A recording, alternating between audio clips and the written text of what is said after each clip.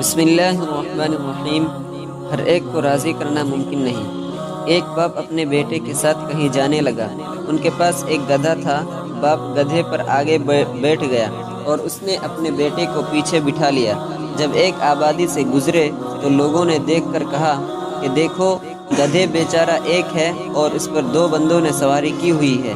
جب اس آدمی نے یہ بات سنی تو اس نے دل میں سوچا کہ لوگ اس بات کو محسوس کر رہے ہیں تو میں بچے کو نیچے اتار دیتا ہوں۔ چنانچہ اس نے بچے کو نیچے اتار دیا۔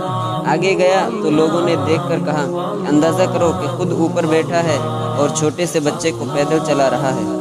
اس نے یہ سن کر کہا کہ میں بچے کو اوپر بٹھا دیتا ہوں اور خود پیدل چل لیتا ہوں۔ اب اس نے بچے کو اوپر بٹھا دیا اور خود پیدل چلنا شروع کر دیا۔ کسی نے دیکھا تو کہا، اس کا حال دیکھو کہ گدھے پہ ایک چھوٹے سے بچے کو بٹھایا ہوا ہے اور خود پیدل چل رہا ہے۔ وہ سوچ میں پڑ گیا کہ اب میں کیا کروں۔ بالآخر اس نے فیصلہ کیا کہ گدھے پر بیٹھتے ہی نہیں۔ اب باپ بیٹے پیدل چلنا شروع کر دیا۔ کسی نے دیکھا تو کہا، یہ بڑے بیوقوف ہے، پاس گدھا ہے اور پھر بھی پیدل چل رہے ہیں۔